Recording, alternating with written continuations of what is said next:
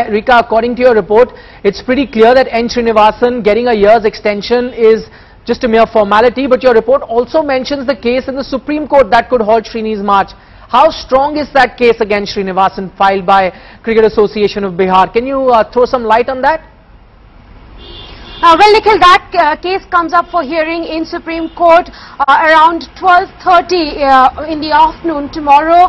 The Cricket Association of Bihar had made a plea to Supreme Court to restrain N Srinivasan from contesting the BCCI election on 29th of September. It has also made a plea to the BCCI to keep Srinivasan away from all committees.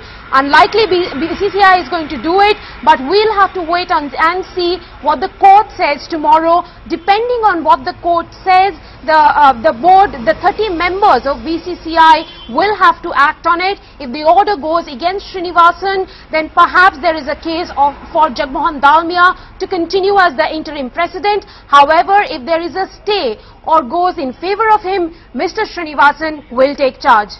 Okay, Akash, to you now. The question is, and the big question is, how is it that N Srinivasan has the entire South Zone in his pockets? And why is it that no one is standing against a man whose son-in-law and also his IPL team is under the scanner for corruption?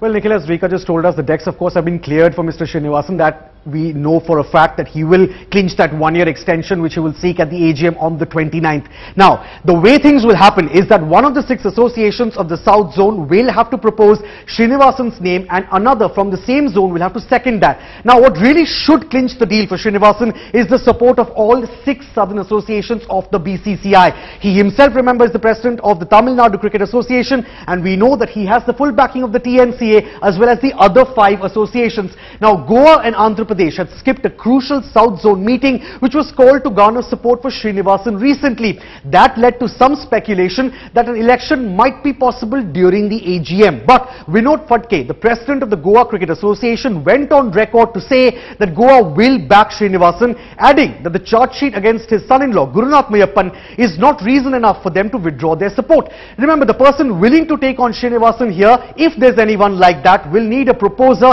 and a seconder from the South Zone itself. Now, if at all there's another person that one state unit of the BCCI from the South Zone wants to propose, it has to be a big enough name to take on N Srinivasan. But none of the other biggies would even perhaps be interested in contesting. The likes of Arun Jaitley, Rajiv Shukla and Jyotiraditya Scindia are of course busy with the general elections which will come up next year.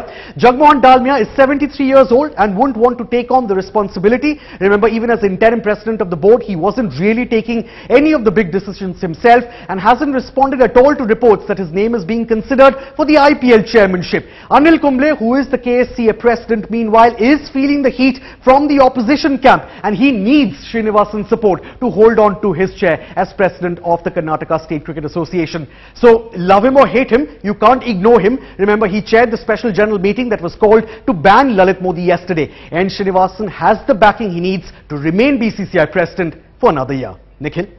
Alright, thanks for that, Akash. But that brings me to another question, and let me ask Rika this.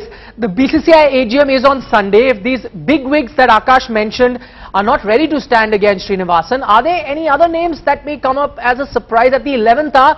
Or will, anyway, someone play Brutus in the meeting as well on Sunday? The reason I ask you this question is, it's happened in BCCI AGMs before.